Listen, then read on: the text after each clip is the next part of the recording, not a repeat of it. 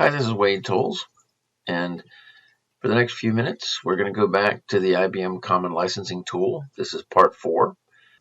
The other 3 parts you can find on my YouTube channel.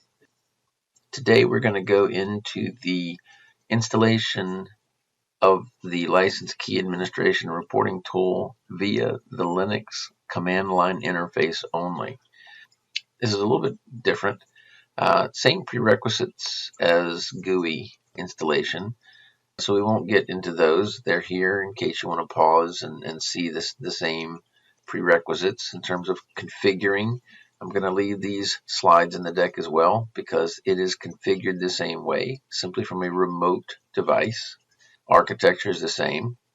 What I'm going to include in this presentation, however, are the step-by-step instructions on how to install the software via the installation manager and the command line interface. So this is step-by-step, page 1.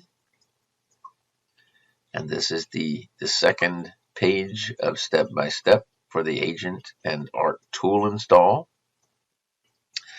And finally, what you need to do to provide access to these tools from the remote system that will be configuring them. So we'll go ahead and get started now. Also, just to let you know, for this particular presentation, I have installed the license key server on this machine. So these step-by-step instructions assume that the license key server is on the same machine as the agent. Now that's significant or important because if you install the agent on a different machine than the license key server, then you will need to provide the path to that in the installation. It becomes a little bit more difficult.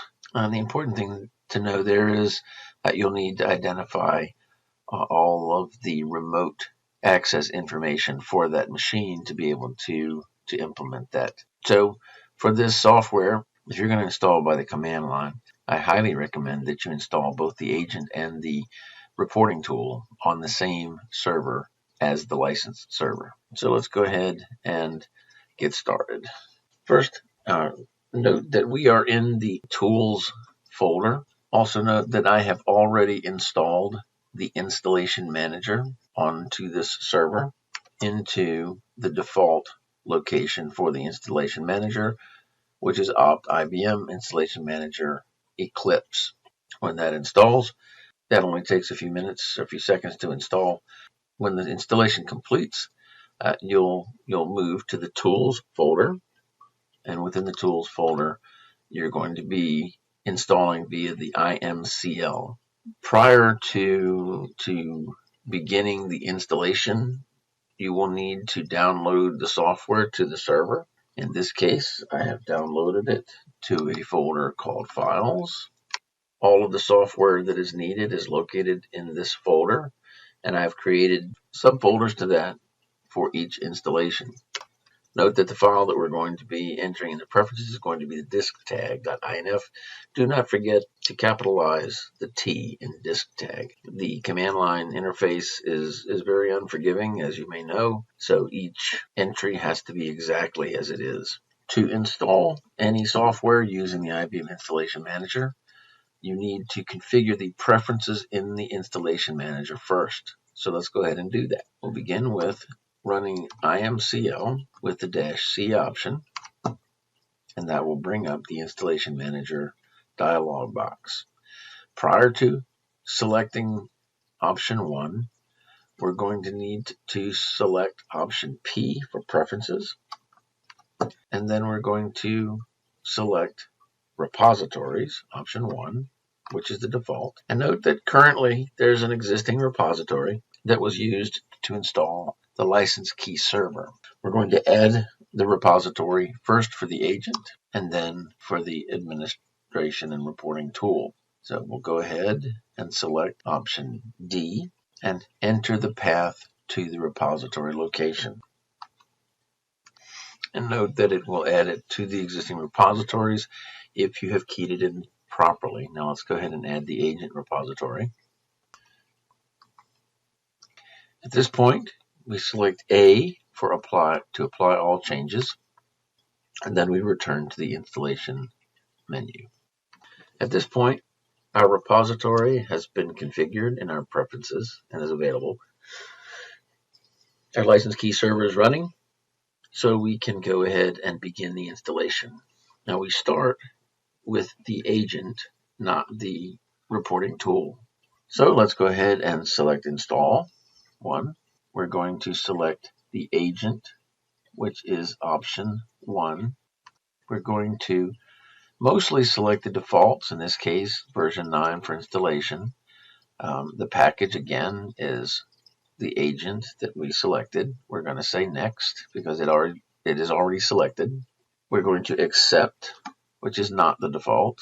And again, we're going to proceed because we're simply verifying that we accepted the conditions. Select next. Once we've proceeded to this point, we will need to configure or complete the configuration of the license key administrator agent with additional information.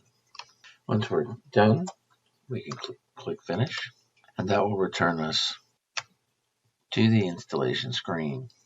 Again, if the license key server is on the same server, the agent will gather that information and enter that into the installation by default. If it does not, then it will ask you for additional information, and again, it will show you where it has found it, and you simply accept that as the default location. The next thing we'll do is we will continue with the install of the reporting tool. We will again select option 1. At this point, we will select option 2 for the reporting tool. We will choose version 9 at this point. We can upgrade it at a later point. Select next because we're confirming again. We will continue with accepting the license agreement, and then next we'll confirm that acceptance. And at this stage, we are accepting all of the entries that we made into the tool. So we will continue with next. We are finished, so now we can exit the installation manager. At this point, we need to make sure that our firewall is configured to enable the access to the tool from a remote location, since at this point forward, or rather to configure these tools, you'll need to access them from a web browser. So to check that, we'll say firewall command. Use the firewall command if you have that on your system. And we'll list whatever ports are currently available. And typically, nothing is available unless you're already running something else on that server. Now, in our case, the license key server is running on this, so port 27,000 should be open. Port 27,001 should be open for the vendor port access. Ports 5043 for the agent and port 4743 for the administration tool. So let's go ahead and open those ports, again using the firewall command tool. All right, once we've added those ports, now we run the list ports command, and we should see those ports. At this point, to have that remain in place, we need to restart the network service. So let's go ahead and run that with the system CTL command, restart network manager server. And our ports should be available still. We'll go ahead and start the agent, and then we'll start the ART. And that's all there is to it at this point for the installation. Now for the configuration, you'll need to access this machine from a location that has access to this server. So again, now that you've opened up the firewall to this device, you can open up a browser and go to this server. Now I have not entered anything into the host name or the host files to identify this in any kind of DNS-like thing. So what I'm going to do is I'm going to do I'll look and see what the IP address is. And then I'm going to go to the HTTPS. I'm going to go to the IP address. And then I'm going to go to the port 5043, which is the agent. And then I'm going to go to the ICL agent. Now, if this is a self-signed certificate, so it's going to tell you it's a self-signed certificate. Do you want to accept the risks? So go ahead and do that. But the login name is LKS admin. And the password is also LKS admin. And now you are logged into the configuration part of the agent. Now, to do the configuration, it is the same as in the third installment of my how-tos. One thing to note, well, there's two things to note. First of all, before you can start this server, you'll need to import the licenses. In this case, I have licenses that I have downloaded.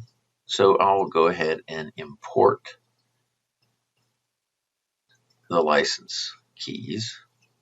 Note that I've got a Linux folder here, and this is the DAT file, RedHat license DAT file. Once I open that, and it's successful, the license key file is configured for the MAC address of whatever your server is. So it's important to understand, number one, if you've already started a license key server and it's serving those licenses, then you don't have to take this step. If this is a new server, then you do have to take this step. We're going to let that sit for a minute. It says leave 3 minutes. Another thing that you need to be aware of is the license DAT file itself needs to be adjusted slightly. If you go into the license file and edit the license DAT file, once you've imported that license, by default, the license server has 3 vendor entries. The first case, you do not need the bottom 2. You do not need Telelogic. That is an old license vendor description, as is Rational. The only vendor information you need is IBM Rational. The next thing you must do is go in and add port 27001. Now, the reason we do that is if you do not, then the system will randomly select that port, and each time you restart the server, you'll have to open up a different port to be able to access these licenses, because it requires two ports. The 27000 is what it's served on. 27001 is the secondary port that must also be opened. So we'll go ahead and save that. And then we'll go back to our agent and we'll do a refresh of the licenses, and note that we now have licenses and we can start the server from the web browser. Sometimes you need to just refresh the browser, and note that the server is now running. It tells you when it was started. It also tells you a token summary, what's in use, what's available. It tells you some information about the system itself, also whether it's a redundant server. In this case, it's a simple single server. For additional information regarding the licenses, you'll need to configure the reporting tool. Again, similar to the agent, we're not going to configure that here, but note we need to go in to report to the reporting tool, to RCL admin. Again, potential security risk because of a self-signed certificate. The admin and password for that is RCL admin. And at this point, you will need to configure the information for the database, and that all of this going forward is the subject of part 1 of this series. That's it for now. I hope this was helpful. If you have any questions, please feel free to contact me at the email address shown.